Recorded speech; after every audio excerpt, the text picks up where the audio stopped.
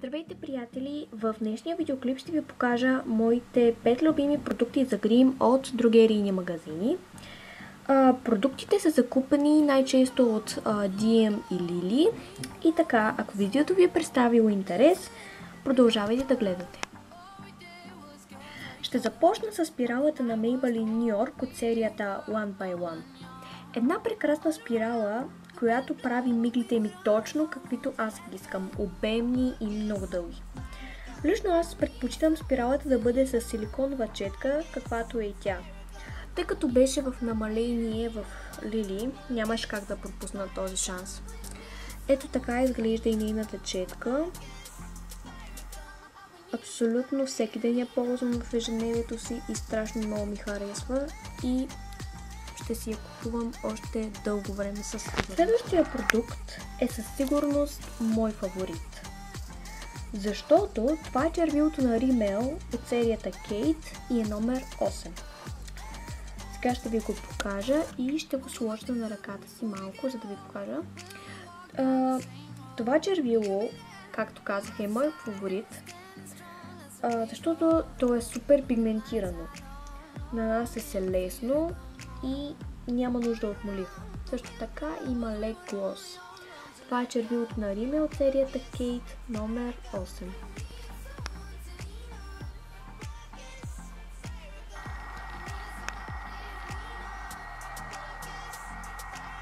Идва ред и на коректора на Essence. Това е вече може би трета или четвърта опаковка, която използвам и съм страшно доволна от него.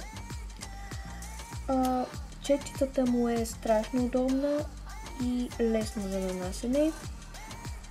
Също така номерчето му е 20 и ще ви сложа и на ръката, за да ви покажа колко прекрасно стои. И много покривен.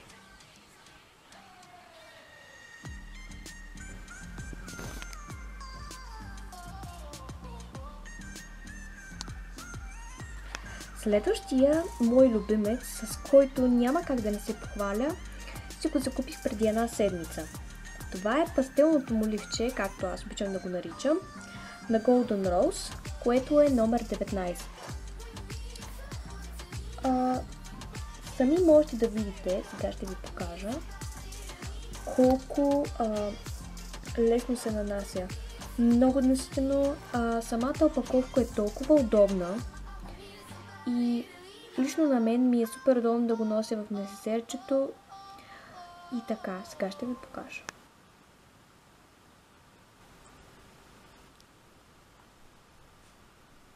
И ще завърша видеото с балсамчето на Maybelline от електриковата серия Baby Lips.